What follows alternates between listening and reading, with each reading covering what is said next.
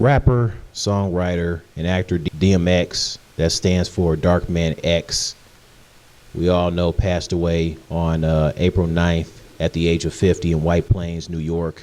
On April 2nd, 11 p.m., he was rushed to the hospital where he was in critical condition following a heart attack at his home resulting from a drug overdose. DMX was getting worse when he was in grave condition, then in a vegetative state.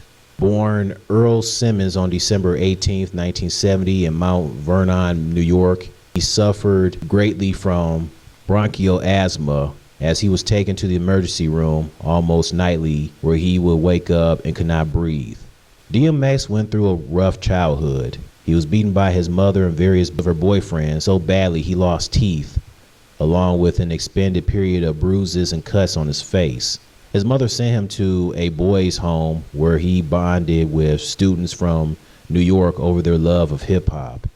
After performing for his friends, they encouraged DMX to continue writing music at the behest of his teacher. He met Reddy Ron, a local rapper who was impressed with DMX's beatboxing skills, asked him to become his partner. The stage name DMX came from an instrument he had used at the boys' home, the Oberheim DMX drum machine. It was later interpreted as Dark Man X. DMX rose to fame in the late 90s after the deaths of Tupac and Biggie. When Tupac and Biggie died, DMX came around at the right time to fill that void. DMX was known for his gravel, gruff voice and his barking. His debut album, Is Dark and Hell Is Hot, was released on May 12, 1998.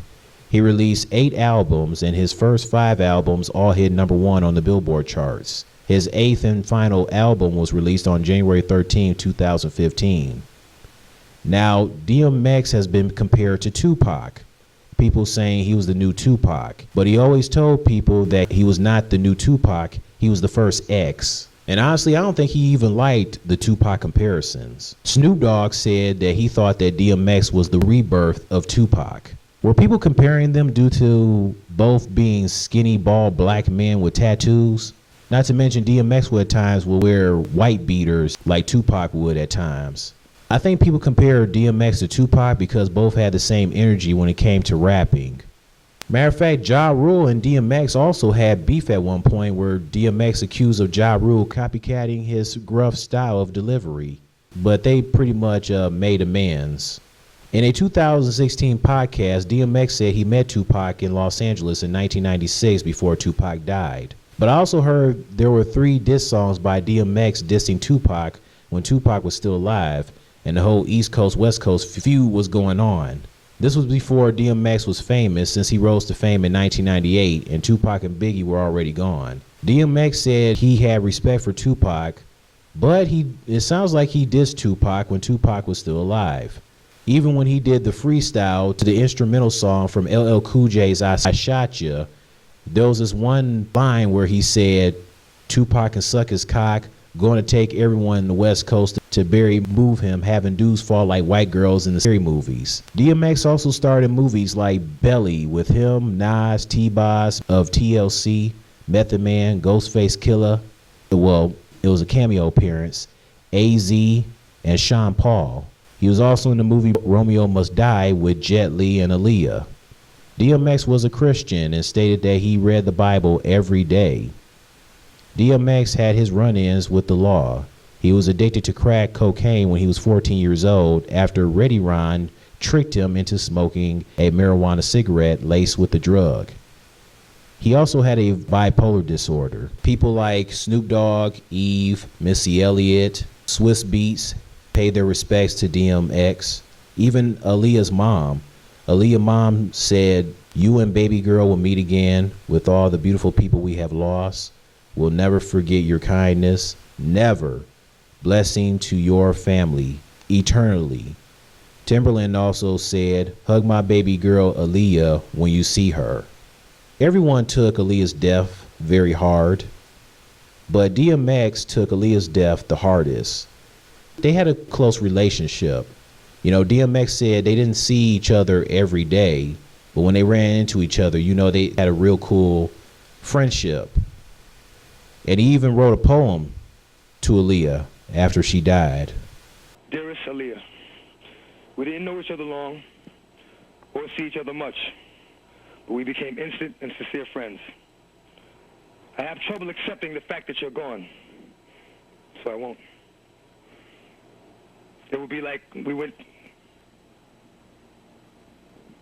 without seeing each other for a while. I thank you for the movie opportunities and for the chance to work with you.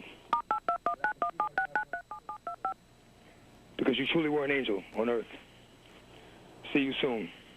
And in my own special way, I love you. You'll always be with us, from me and my wife, Tashira.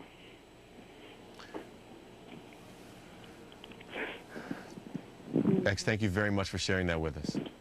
All right. Very much. All the best, sir. We'll be right back after this. I think if Aaliyah did not pass away in the crash, I think her and DMX would have done more songs together. I'm glad he did that song Back in One Piece together. Matter of fact, I think DMX and Tupac would have been a dope collaboration as well. DMX was also funny. There was a 2012 Breakfast Club interview he did, and Charlamagne was saying that he would compare Rick Ross to Biggie and Young Jeezy to Tupac. And he said Tupac wasn't a lyricist, but you could felt like he was actual real lyricist. I disagree. Rick Ross and Young Jeezy are not real lyricists. So for him to compare Rick Ross to Biggie and Young Jeezy to Tupac, Charlamagne, stop.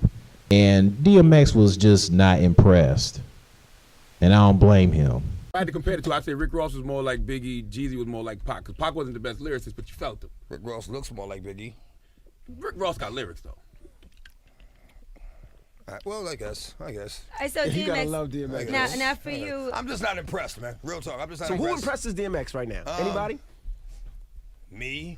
Okay. J. Cole is nice. J. Cole? J. Cole is nice. You know, lyrically, you know, I heard his first song on the radio before I even knew who it was. Like, damn, who's that? You mean? Something like just grabbed my attention like that. That was funny. DMX talking about he impressed with himself. But that was cool that he liked J. Cole. J. Cole is dope. He's a beast.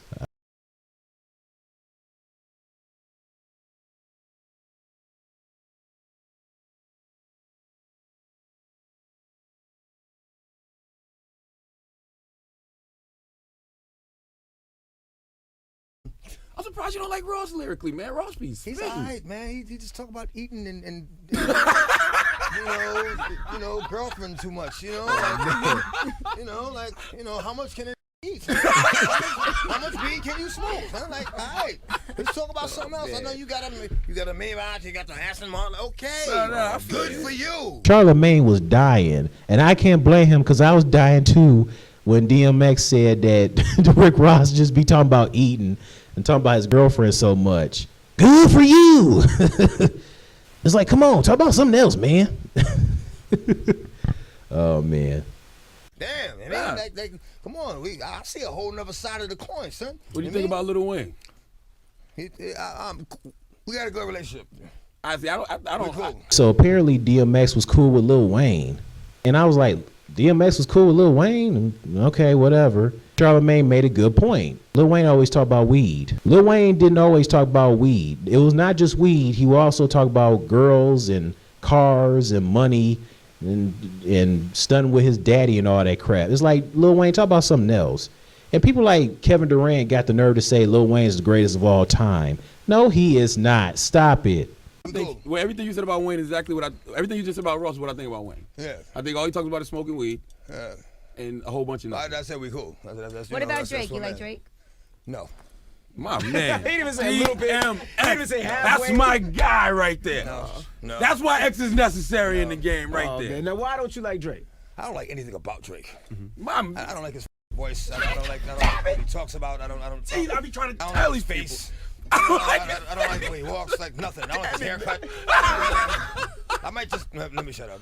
I'll just stop right there. Oh my God. Damn it, man. No, but listen, that's why DMX is necessary. You know why? Because when right. you got these legendary hip, this is why the game has gotten so whack. You got legendary hip hop figures who just give these guys passes. Yeah. Who don't say anything. Who don't say it's They okay. No dudes, nothing. It's okay to say, yo, this dude is whack. I think he's whack. It's okay to say that. That's Too much politics. It's too much politics. You don't gotta act like you like something for Too what? much gulping and burping.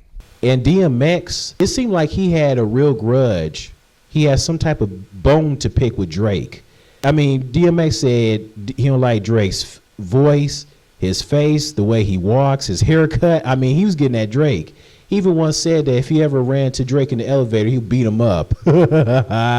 And I think DMX really had a bone to pick with Drake because Drake was doing that Aaliyah duet album with Drake. He was doing that project by himself, and Missy Elliott and Timbaland were not involved.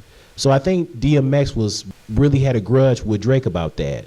And I get it because it's like DMX said, Drake never knew Aaliyah.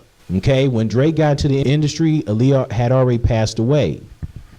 So it's like, how could somebody who didn't personally know Aaliyah, never got to meet Aaliyah, is doing an album without the people that knew her, that she worked with, Missy Elliott and Timbaland? So I get it. Real quick, what do you think about Drake doing Aaliyah's posthumous album that's coming out and not involving Missy Elliott and Timbaland? Man, it just shows what I said. Fucking piece of shit. Fucking like motherfucker, you didn't even know this woman. You didn't even know that you were in middle school. You fucking, and you know, like before I just swoop on what I didn't like or I don't like what I know, like, you know, I didn't know him, so I couldn't say I didn't like him, but I don't like this or I don't. Now it's like, you fucking piece of shit. You piece of shit. Like, what the fuck gives you the fucking right to I mean, allow me to live on and not include the people that she always worked with, not include her recipe. It's like saying, you know what, I'm gonna make KFC, but I'm not using the Colonel recipe. That ain't KFC, nigga. That's your FC. Your fucking chicken. That ain't the Colonel's fucking chicken, nigga. That's your fucking chicken. I mean, it was funny, but he made a good point. And I know that Drake is like, he's obsessed with Aaliyah. I mean, he has a tattoo of Aaliyah on his back, and he even said he had a crush on Aaliyah. I mean, I can't blame the dude for having a crush on Aaliyah. I mean, Aaliyah was and is sexy. The way she carried herself, she was just a very sexy person. So you can't blame Drake for having a crush on her. I mean, who wouldn't? That's like when having a crush on Selena. Selena was and is everything. You know, a Tejano legend. Matter of fact, did that Aaliyah duet album with Drake even come out? Is he still working on that or what? But I do like that song, Enough Said. I mean, just hearing Aaliyah on that song, it just makes you feel like she is here and she just made the new song. Like, it's like real recent. I just miss hearing Aaliyah's voice. I mean, hearing her voice on that song is just beautiful. Yeah, yeah, yeah, yeah, yeah, yeah, yeah. And here's Drake saying, hey, what's up? Yeah, yeah, yeah, yeah, yeah, yeah, yeah. Can you talk to me? Let's talk about it. Let's talk about it. I miss Aaliyah. Why did she have to take that flight? We miss you, Aaliyah. Every time when I hear that song and I hear Aaliyah's voice, man, along with that beautiful, soothing beat, it just makes me picture seeing Aaliyah in the sky spiritually, seeing her in the sky at nighttime with the stars. That's how emotional it is when listening to that song and listening to her voice on that song. Hopefully DMX is in a better place because he went through a lot, man. And he lived 50 years old. He lived way longer than Tupac and Biggie and Big L and Big Pun and Old Dirty Bastard and Eazy-E. He lived longer than any of those guys that died in their 20s and 30s. Hopefully he's in a better place with those guys. And I'm sure that when he died and saw that light, hopefully the first person he saw was Aaliyah. As the light is shining upon DMX, saw Aaliyah. And hopefully those two are reunited and back together again, no longer in pain. So yeah, DMX, it sucks that he's gone at the age of 50, but he will be missed, and his legacy will continue living on. He'll always be a legend. Rest in peace, DMX.